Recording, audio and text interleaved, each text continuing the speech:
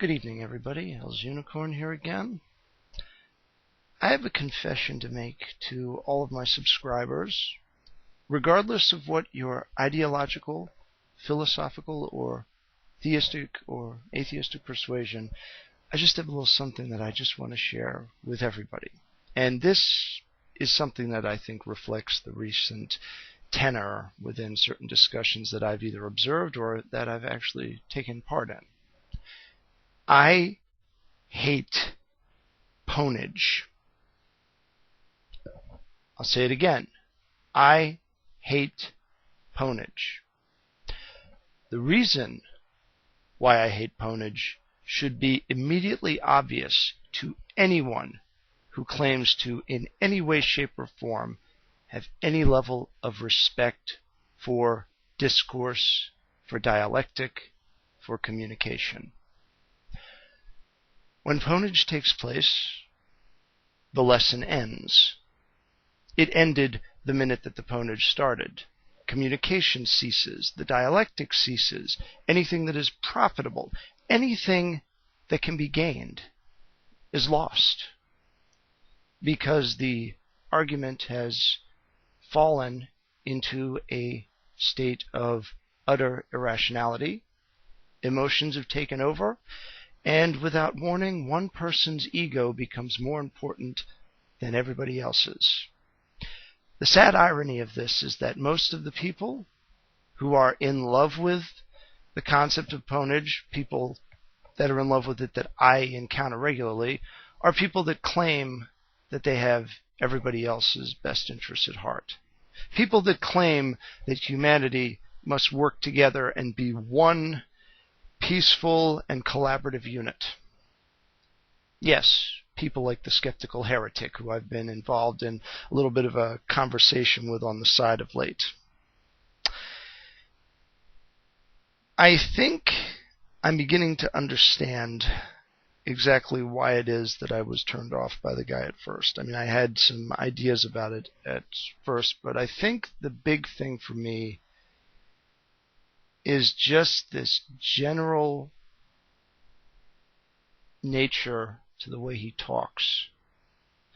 He talks to people as if he has already known everything that they're going to say, like it's all been said before. And yet at the same time, there is an insistent claim that I am growing, that I am evolving, that I am taking things in, that I'm taking into consideration everything. And with this comes another confession. While I accept the idea that there is a good level of subjectivity and opinion involved in discourse, subjective thought, when left in its purest and most dominant form, when subjective thought is the rule rather than the exception, eventually the ego will triumph and the pompous man will prevail. So, in essence, subjective arguments become a sort of cloak of disingenuousness. A person can make an assertion such as, I grew up in an abstract sense. In other words, I grew out of objectivism, for example, as he said, and yet say that was a subjective statement. It might not be the same for another person. But the truth is, there actually is an objective assertion in that statement. And that objective assertion is, my way is the objective. The subjective has become the objective. Ergo, the Hegelian dialectic. Of all the philosophers and just people in general that I've read about, Hegel, in my opinion, is probably the most villainous and the most disgusting.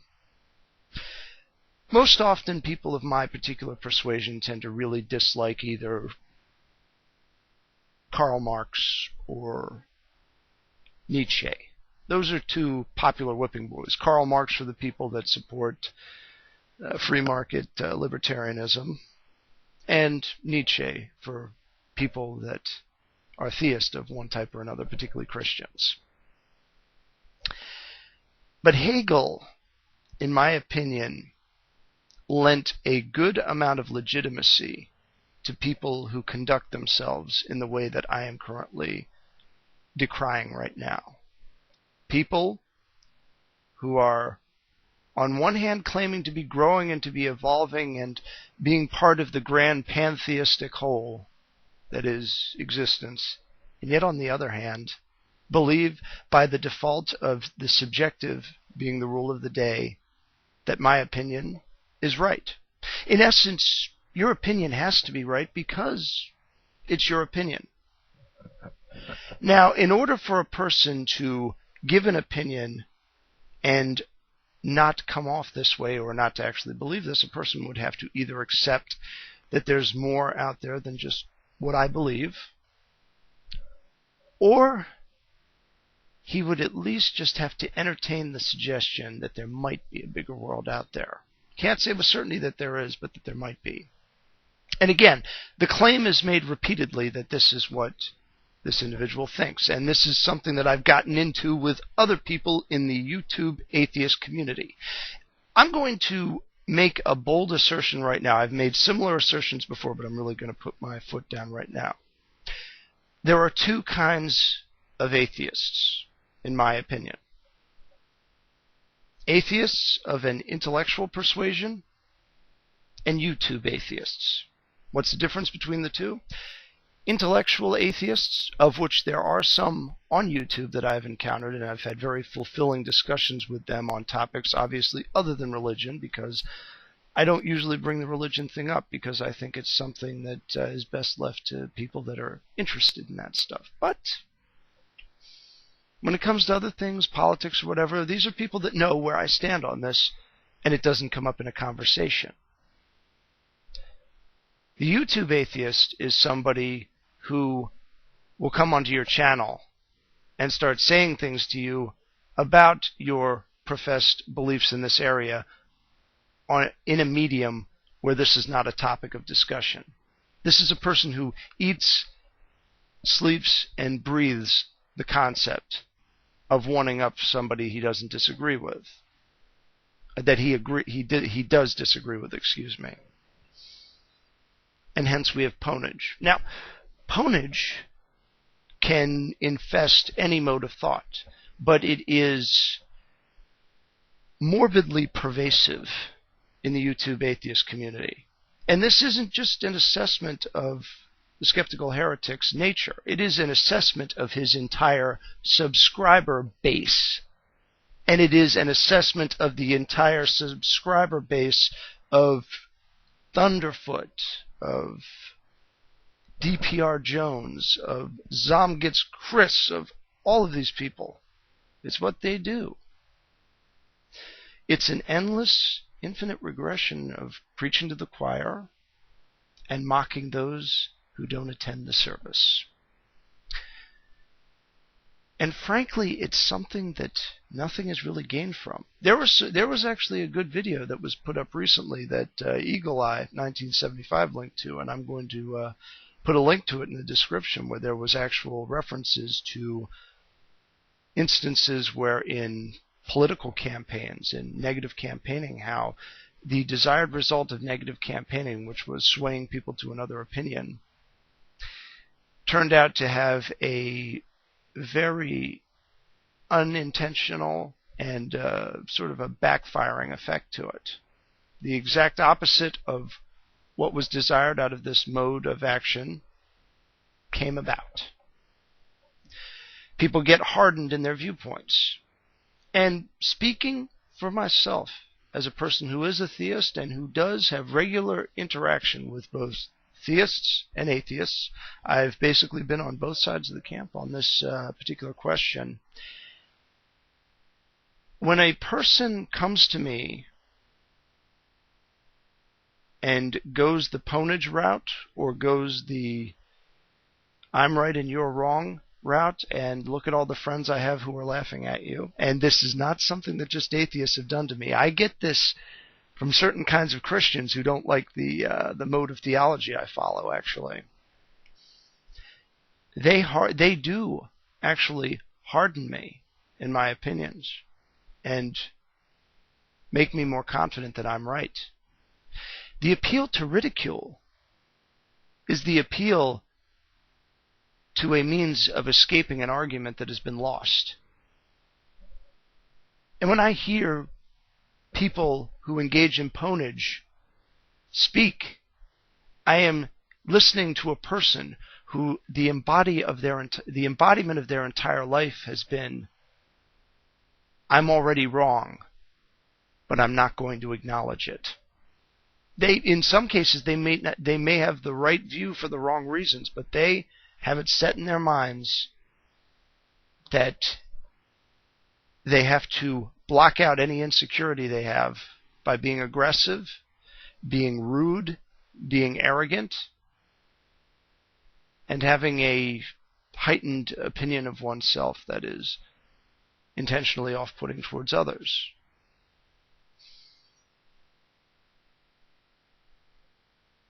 I recognize that this mode of doing things is very popular, and that in essence, if I went the route of engaging in Pwnage Olympics from the theistic side of things, I could very well have a subscriber base similar to that of people like Venom Fang X.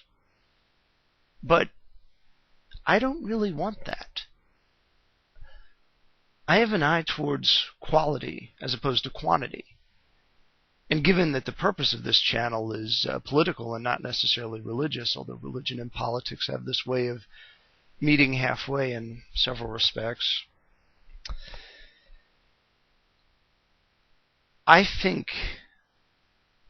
that there is more value in the 20 to 30 some odd comments that I get in my videos than there are in the tens of thousands that people like Thunderfoot and The Amazing Atheist get on their videos. Quality before quantity is the way I view it.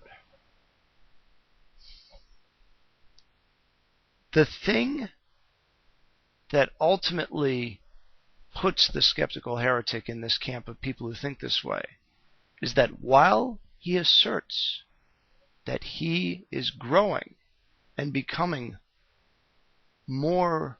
better aware of the world around him, he is implying through his rude and arrogant demeanor and his choice of words that his approach to growing and becoming more aware is the way to go. And shame on you for not recognizing that and conducting yourself in the same fashion. It's somewhat of a conformist way of doing things.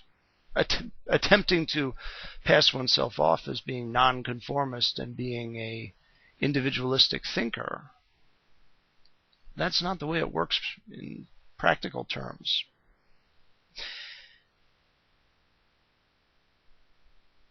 The thing that was interesting about the response that I got from the skeptical heretic, and I will not be putting this up as a response to his video because I'm tired of hearing from him, honestly,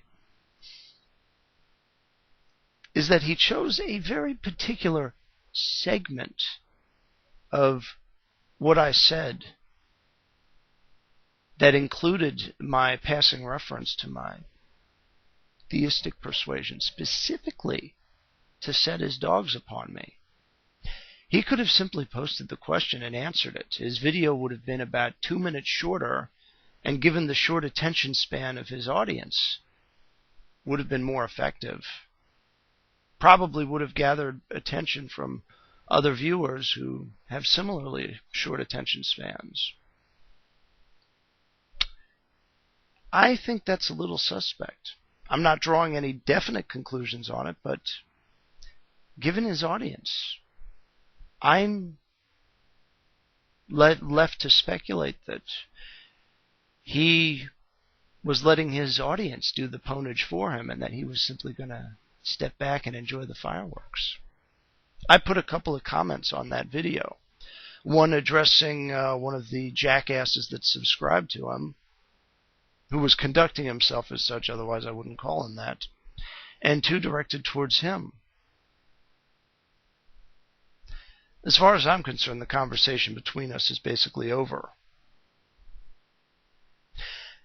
I was going to put together a video actually laying out specifically why it is that I think he comes off the way he does, but don't really see much point in it, because the way he conducts himself is so blatant that he's either so in love with himself that he figures he's justified in doing things this way, or he is incapable of listening to himself because he's too busy talking.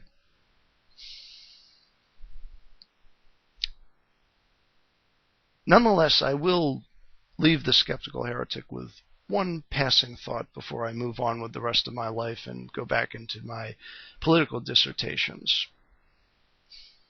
The fact that you keep on repeatedly cherry-picking a few select quotes from Fringe's videos and responding to them, and refusing to acknowledge things that he's said, clarifying why he has responded to you in the way he has, and the fact that you keep bringing up the damn white nationalist thing over and over again, indicates to me that you're incorrigible. You are the YouTube atheist version of a person with an insufficient IQ for productive thought. It's not your IQ that's suffering, it's your ego. And I'd take a look at that. I really would. And I would recommend that most of the brainless apes that you have subscribed to you, who are putting in these really goofy Arnold Schwarzenegger-inspired one-liners about how my atheism makes me smart, sometimes misspelling a word or two in the process. Well, maybe you could impart some of that wisdom on them if you ever pick it up. We'd all be the better for it. The entire discourse on this online medium would be better for it. Think about it. With prudence to myself and benevolence to all of you, good evening.